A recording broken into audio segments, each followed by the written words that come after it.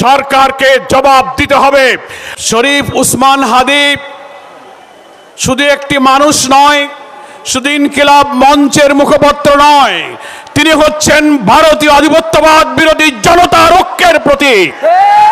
আজকে কেন্দ্রীয় শহীদ মিনারে বাংলাদেশ একত্রিত হয়ে বলছে, বাংলাদেশের জাতিসত্তা অখণ্ডতা রক্ষার জন্য মৃত্যু ভয়হীন চেতনার অতন্ত্র প্রতীক হচ্ছে ওসমান হাদী। বিদ্ধ করা কখনো বিচ্ছিন্ন ঘটনা হতে পারে না। বাংলাদেশকে ভারতের করদ্রাজ্য যারা বানাতে চায়, আমাদেরকে যারা সেবাদাস বানাতে চায়, এই দেশকে গ্রাস করার পরিকল্পনার অংশ হচ্ছে হাদির উপরে আক্রমণ। তার উপরে আক্রমণের 2-3 দিন আগের থেকে সে বলছে আমার জীবনের নিরাপত্তা নেই, আমি নিরাপত্তাহীনতায় ভুগছি, আমি গুলিবিদ্ধ হতে পারি, আমার দুঃখ নেই, আমি গুলিবিদ্ধ হলে তোমরা বিচার করো, আমার ছেলেটাকে তোমরা দেখে রেখো।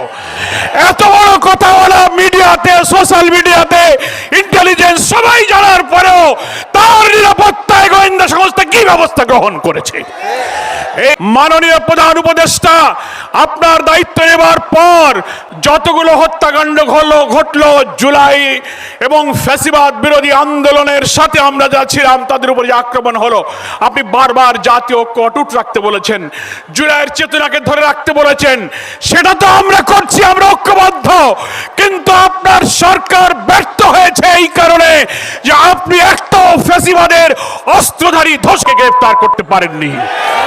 আমরা আজকে দাবি জানাতে চাই, রাজধানী ঢাকা থেকে বাংলাদেশের গ্রামে গঞ্জে, শহরে, নগরে, বন্দরে, প্রত্যেকটি থানায় আপনার পুলিশ অফিসাররা জানে সশস্ত্র অস্ত্রধারী কারা, তাদের তালিকা থানায় আছে, অবিলম্বে তাদেরকে গ্রেফতার করুন। ইনকিলাব মঞ্চের সঙ্গে বাংলাদেশ এসে দাঁড়িয়েছে।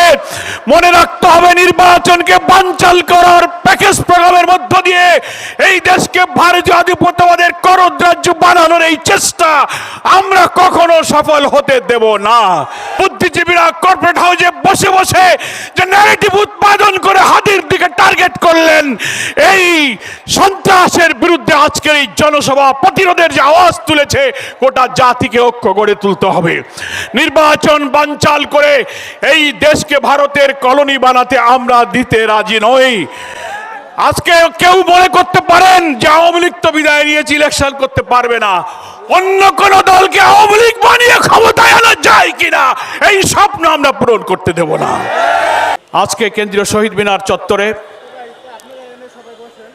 আমাদের প্রিয় 24 জুলাই আন্দোলনের অকুতোভয় মৃত্যুঞ্জয়ী সৈনিক শরীফ উসমান হাদীর উপরে নৃশংস হামলার প্রতিবাদে আজকের এই প্রতিরোধ সমাবেশের সম্মানিত জাতীয় নেতৃবৃন্দ, সুধীবৃন্দ, সাংবাদিক বন্ধুগণ, আমার প্রিয় দেশবাসী, শরীফ উসমান হাদী শুধু একটি মানুষ নয়, শুধু ইনকিলাব মঞ্চের মুখপত্র নয়, তিনি হচ্ছেন ভারতীয় আধিপত্যবাদ বিরোধী জনতার ঐক্যের প্রতীক। আজকে কেন্দ্রীয় শহীদ মিনারে বাংলাদেশ একত্রিত হয়ে বলছে, বাংলাদেশের জাতিসত্তা অখণ্ডতা রক্ষার জন্য মৃত্যু ভয়হীন চেতনার অতন্ত্র প্রতীক হচ্ছে ওসমান হাদী। আমরা আজকে তার পক্ষে এখানে একত্রিত হয়েছি। একটা কথা বলতে চাই, প্রধান নির্বাচন কমিশনার সাহেবের বক্তব্যে সবাই নিন্দা করেছেন। কি করে আপনি বলতে পারলেন এটা বিচ্ছিন্ন ঘটনা? তফসিল ঘোষণার পরের দিন একজন জাতীয় সংসদ সদস্য পদপ্রার্থী বাংলাদেশের মানুষের চেতনার প্রতীককে প্রকাশ্য দুপুরে গুলিবিদ্ধ করা কখনো বিচ্ছিন্ন ঘটনা হতে পারে না। আপনি বাংলাদেশের মানুষের সংস্কৃতি, জাতিসত্তা, মূল্যবোধ সম্পর্কে যদি ন্যূনতম ধারণা থাকে, তাহলে বুঝতে হবে বাংলাদেশকে ভারতের করদ্রাজ্য যারা বানাতে চায়, আমাদেরকে যারা সেবাদাস বানাতে চায়, এই দেশকে গ্রাস করার পরিকল্পনার অংশ হচ্ছে হাদির উপরে আক্রমণ। এটা বিচ্ছিন্ন নয়, এটা একটা প্যাকেজ প্রোগ্রাম। আমি বিস্মিত।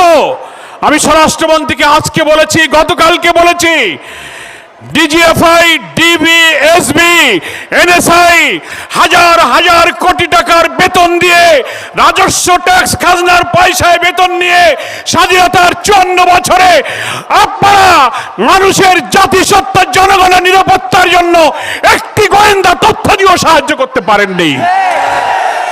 তা না হলে তার উপর আক্রমণের 2-3 দিন আগের থেকে সে বলছে আমার জীবনের নিরাপত্তা নেই, আমি নিরাপত্তাহীনতায় ভুগছি, আমি গুলিবিদ্ধ হতে পারি, আমার দুঃখ নেই, আমি গুলিবিদ্ধ হলে তোমরা বিচার করো, আমার ছেলেটাকে তোমরা দেখে রেখো। এত বড় কথা বলা মিডিয়াতে, সোশ্যাল মিডিয়াতে, ইন্টেলিজেন্স সবাই জানার পরেও তার নিরাপত্তায় গোয়েন্দা সংস্থা কি ব্যবস্থা গ্রহণ করেছে?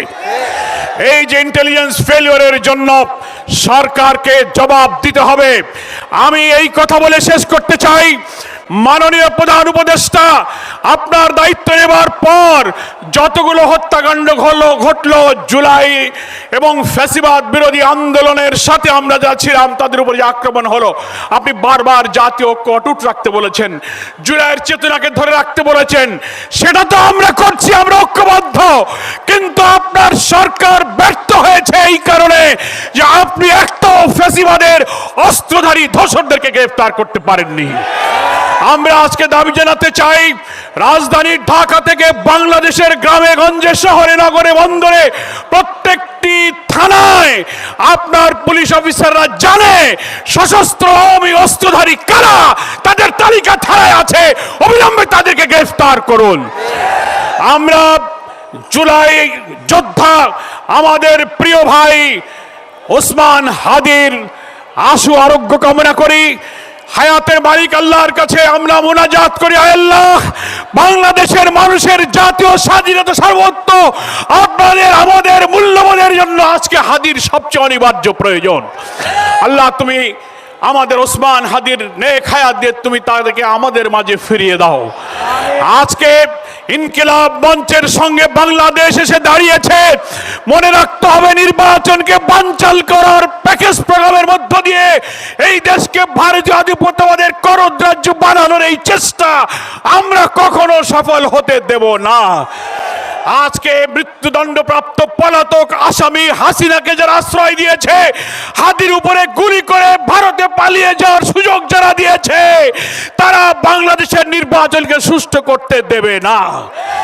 তারা হয়তো ভাবতে পারে আওয়ামী লীগকে ইলেকশনে আনো, ইনক্লুসিভ ইলেকশনের নামে, রিফাইন আওয়ামী লীগের ইলেকশনের নামে টকশোতে সুশীলরা, বুদ্ধিজীবীরা কর্পোরেট হাউসে বসে বসে যে ন্যারেটিভ উৎপাদন করে হাদির দিকে টার্গেট করলেন, এই সন্ত্রাসের বিরুদ্ধে আজকের এই জনসভা প্রতিরোধের যে আওয়াজ তুলেছে, গোটা জাতিকে ঐক্য গড়ে তুলতে হবে। নির্বাচন বানচাল করে এই দেশকে ভারতের কলোনি বানাতে আমরা দিতে রাজি নই। আজকে কেউ মনে করতে পারেন যে আওয়ামী লীগ তো বিদায় নিয়েছে, ইলেকশন করতে পারবে না, অন্য কোন দলকে আওয়ামী লীগ বানিয়ে ক্ষমতায় আনা যায় কিনা এই স্বপ্ন আমরা পূরণ করতে দেব না।